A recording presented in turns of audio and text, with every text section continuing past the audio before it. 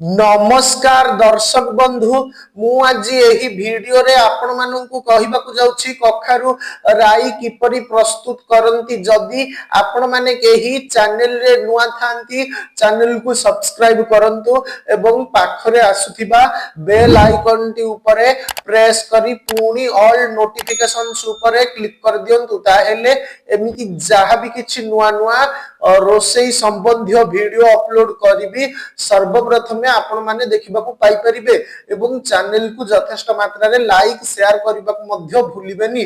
ताहेले चलंतु देखिनबा कखारु राई किपरि प्रस्तुत करंती एवं एथि पई कोन कोन सामग्री प्रथमे नेबाकू हुए। आवश्यक सामग्री कखारु 250 ग्राम, बसा दही 2 कप, तेल 1 चामच, 3टा कंचा लंका, 1 चामच जीरा गुंड, सोरिष, जीरा, भृषंग पत्र, आवश्यक अनुसारे लूण और हलदी। प्रस्तुत प्रणाली कखारु चोपा छड़ेई छोट छोट करी काटी रखंतु। तापरे कखारु रे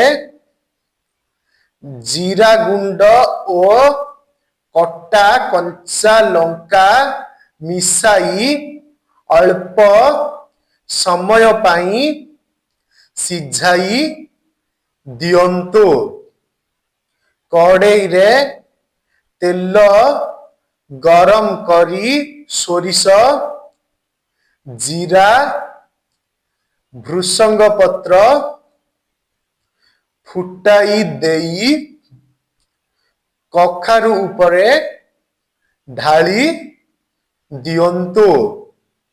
कखारु राई वर्तमान प्रस्तुत होई गला।